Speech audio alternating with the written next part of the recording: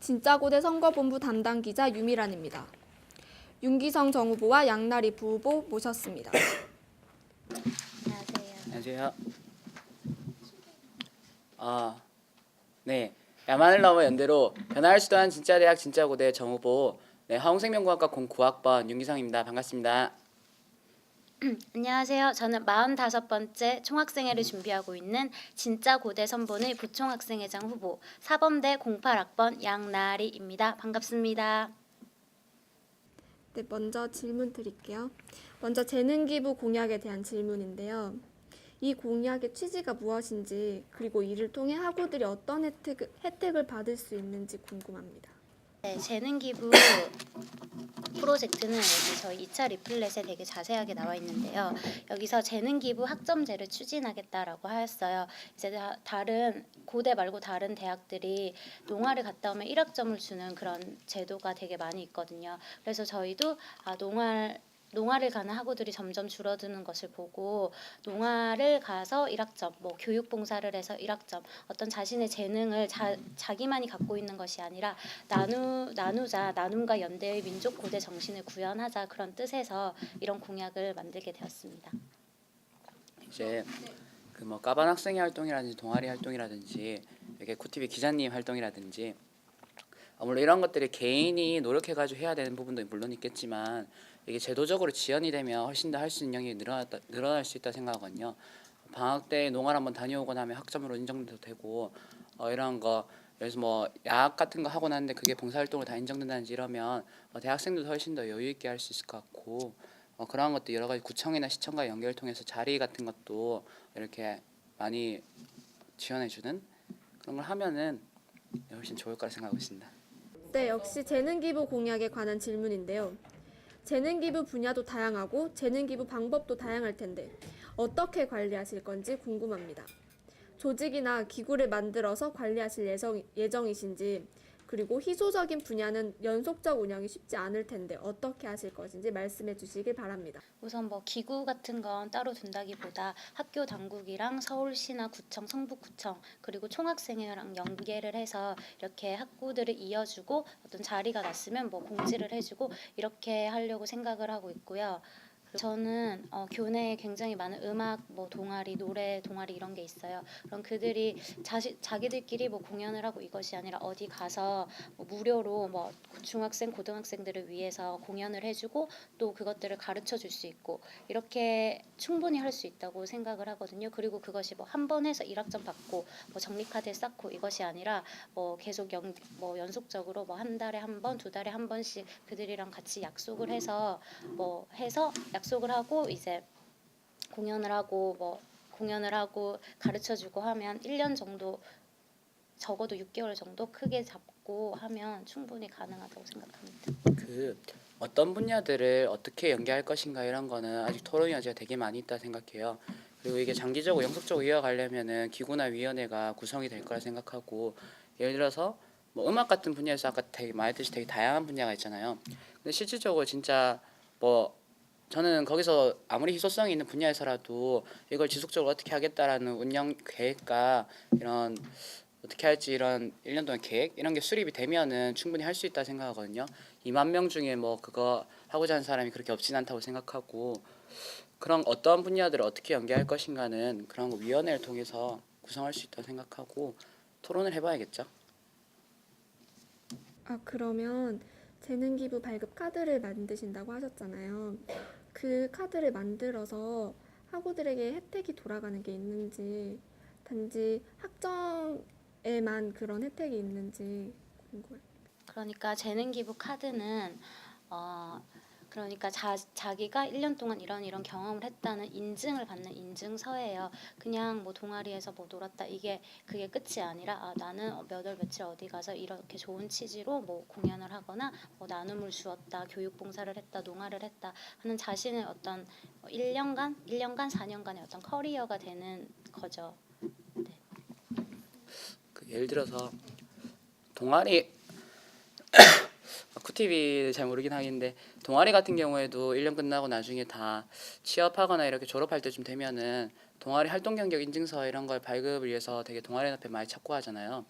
근데 이러한 것들이 당연히 뭐 언제부터 언제까지 활동했다 이런 게 아니라 뭐 기부카드 이런 게 있으면은 나는 여기 봉사활동 가서 이러한 활동도 했었고 이런 게 차곡차곡 정리된 게 뭐 굳이 기업 취직이나 이런 것뿐만이 아니더라도 나라는 사람이 어떤 사람인가 이런 걸 다른 사람한테 알릴 때도 훨씬 더 이렇게 유용할 거라 생각해요.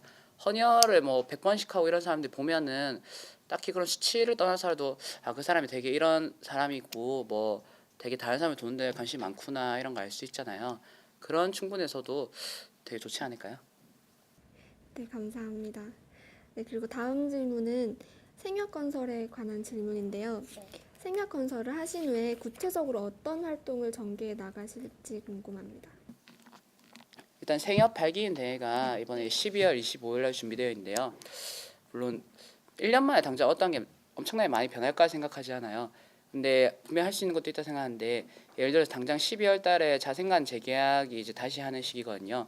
그때부터 근데 아마 그 단계적으로 본다면은 그때는 이제 뭐 직영화라든지 가격 인하라든지 이런 걸 요구해야겠지만 1년 뒤에 그 재계약을 안 하고 이제 나가는 거잖아요. 공간이 생기는 건데 그런 공간들의 활용권과 사용권을 좀 학교로부터 얻어내는 과정, 협상 과정이 계속 있어야 된다고 생각하고 장기로는 후생복지처의 활동을 예를 들어서 생협이 있는 곳에서는 후생복지처가 따로 없고 생협이 그걸 직접 운영하거든요. 그래서 이런 조합비를 받는 활동도 이 학생회비를 걷는 것처럼 매년 들어올 때마다 하게 하고 학교와의 협상이나 여러 가지 뭐 싸운 다음에 싸울 수도 있고 그런 과정이 필요하지 않을까 생각하고 있습니다. 그러면은 생협건설 후에 공약으로 내것인 커피값 인하라던가 아니면 다른 자판기값 인하나 뭐 학생 식당 질 개선과 같은 그런 게 실질적으로 정말 가능한지 1년 내에 가능한 공약인지 궁금합니다. 물론 1년 만에 가능하냐 하면은 한 부분도 있고 하지 않는 부분도 분명히 있다고 생각하는데요. 예를 들어서 뭐 재계약이 언제 있느냐에 따라 좀 달라지는 부분도 있겠죠. 근데 생협을 했을 때 그 실질적으로 가격이 인하된다는 질이 더 좋아지긴 해요. 왜냐하면은 커피라든지 식당이라든지 이러한 것들이 질이 안 좋거나 값이 비싼 건 근본적으로는 임대료라든지 수익을 위한 구조이기 때문이거든요. 예를 들어서 임대료가 비싸면은 당연히 뭐 원자재를 낮은 걸 쓸 수밖에 없다든지 일하시는 분들 적게 쓴다든지 그렇게 하면 당연히 뭐 비싸지거나 맛이 없다거나 이런 일이 생길 수밖에 없잖아요. 그렇게 하게 되면은 이제 임대료가 없어지는 측면도 있고 그리고 생협이라는 건 근본적으로 이제 뭐 장사를 해가 수익을 벌자 이런 게 아니라 이 구성원들 편의를 위해서 최소한의 이제 이득을 보는 구조로 운영을 되는 거거든요. 그러다 보니까 자연스럽게 가격이 인하될 수밖에 없는 거고 그리고 실질적으로 그 조금 남는 돈으로도 장학금이나 이런 거 운영하게 되는 건데 그래서 생협이라는 게 건설되고 이제 하나둘씩 자리 잡고 운영되게 되면은 근본적으로 가격이 인하될 수밖에 없어요. 네. 그리고 반값 등록금에 관한 질문인데요. 반값 등록금이나 등록금 인하를 내온 다른 선분들과 달리 총선 때 반값 등록금을 공약으로 내건 후보들의 당선이나 그리고 낙선 운동을 언급하셨잖아요. 이에 대한 학우들의 반발이 클 것으로 예상이 되거든요. 이 문제를 어떻게 해결해 나가실 것인가요? 저는 학우들 반발이라는 게 어떻게 하느냐에 따라 되게 다르다 생각해요.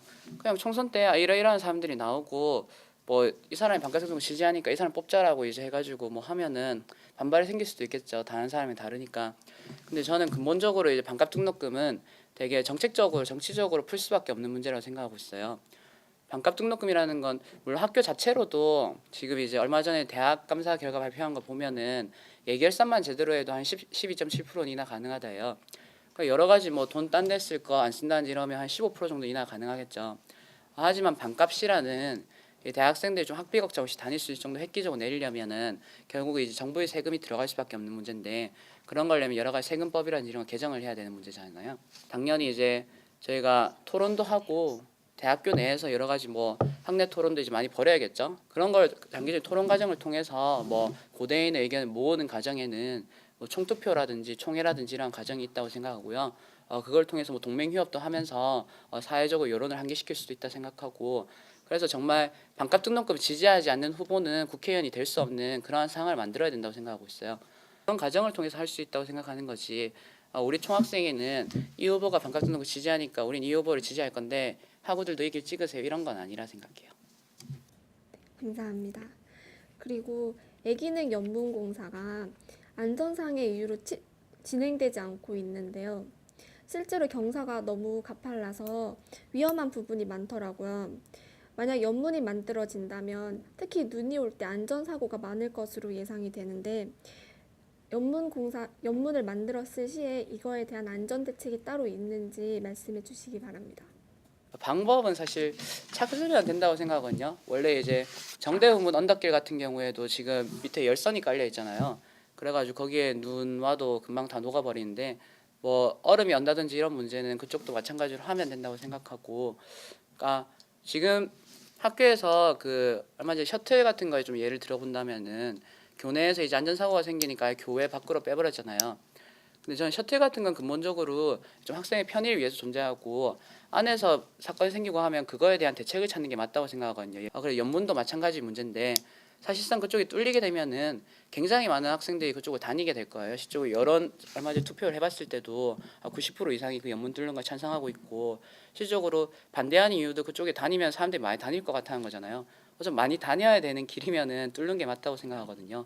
거기서 발생하는 여러 가지 뭐 안전사고 이런 게 위험이 있으면은 뭐 안전 도로를 설치하는 계단을 설치한다든지 뭐 열선을 깐다든지 그런 거 충분히 할 수 있는 문제라 생각하고 있고. 알겠습니다. 그리고 마지막 질문인데요. 공약을 살펴보면 애기능 연문공사 추진이나 자생관 식당 개선, 그리고 막 가도관 PC 교체 등과 같은 많은 공약이 이공캠에 치우쳐져 있다고 생각이 드는데요. 인문캠 학우들을 위한 공약이 따로 있으신지. 애기능 쪽에는 근데 진짜 그렇다 생각. 애기능은 이때까지 요구안이 그렇게 사실 많지는 않아요. 근데 그런 것들이 항상 해결되지 않고 이제 지속되다 보니까 되게 좀 불편함에 만연화돼 가지고 오히려 뭐가 불편하시냐 물어볼 때 그런 걸 제대로 답변하시지 못하는 그런 상황이라 생각하거든요. 인문사회계 특히 문대분들 이런 쪽에는 뭐 홍보관, 이사시간 개방, 서관, 리모델링 이런 것도 있겠지만 좀 학교 전반적인 요구 사항들이 되게 많다고 생각해요. 학교 전체적으로 해야 될 문제고 뭐 간호대라든지 애기능이라든지 이렇게 지역에 맞게 공약을 내는 거는 따로 필요가 있다 생각해서 내게 되었습니다. 말씀 감사합니다. 다음으로 KUTV 공청회에 참여한 패널들의 질문 받아보겠습니다. 안녕하세요. 저는 1, 1학번 국정문학부 강은하입니다. 제가 할 질문은요. 공약으로 내거진 한자 폐지, 영광 자유화 등은 예전부터 기성분들이 많이 내세웠던 공약입니다. 이를 실현하기 위한 진짜 고대만의 특별한 방법이 있다면 말해주시겠습니까? 네, 한자 폐지, 영광 자유라는 사실 여론조사라든지 해보면 엄청 많이 나오는 거거든요. 진짜 지난 몇 년간 계속해서 이걸 한자가 사실상 시험을 좀 쳐보시면 알겠지만, 아니 저도 아직 치진 않았는데요. 이렇게 주변 선배님들의 시험 치는 분들 얘기를 들어보면 알겠지만 되게 진짜 엄청나게 형식적이에요. 막판에 가면 거의 한자 학원 다니면 마지막 날에 다음 날 시험 나올 문제들이 거의 돌아다닌다든지 이것만 외우면 돼 이런 식으로 해가지고 시험 치고 난 다음에 이제 고려대학교 한자로 써보라 하면은 예전에 고대신문에서도 기사가 났지만 제대로 몇 자를 쓸 수 있는 분이 거의 없잖아요. 되게 형식적인 거고, 영광 같은 경우에는 영광이 이제 의무화로 돼 있다 보니까 이제 교수님도 어렵고 학생들도 어려운 경우가 굉장히 많거든요.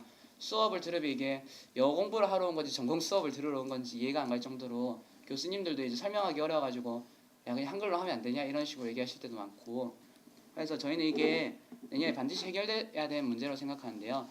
결국 해결하는 방식으로는 뭐 총학생회가 나선다 이런 건 아니라 생각해요. 물론 총학생회 중심으로 나서야겠지만 그 총학생회 사람들이 뭐 몇 명이나 된다고 그 사람들끼리만 해서 할 수 있는 문제는 아니라 생각하고요.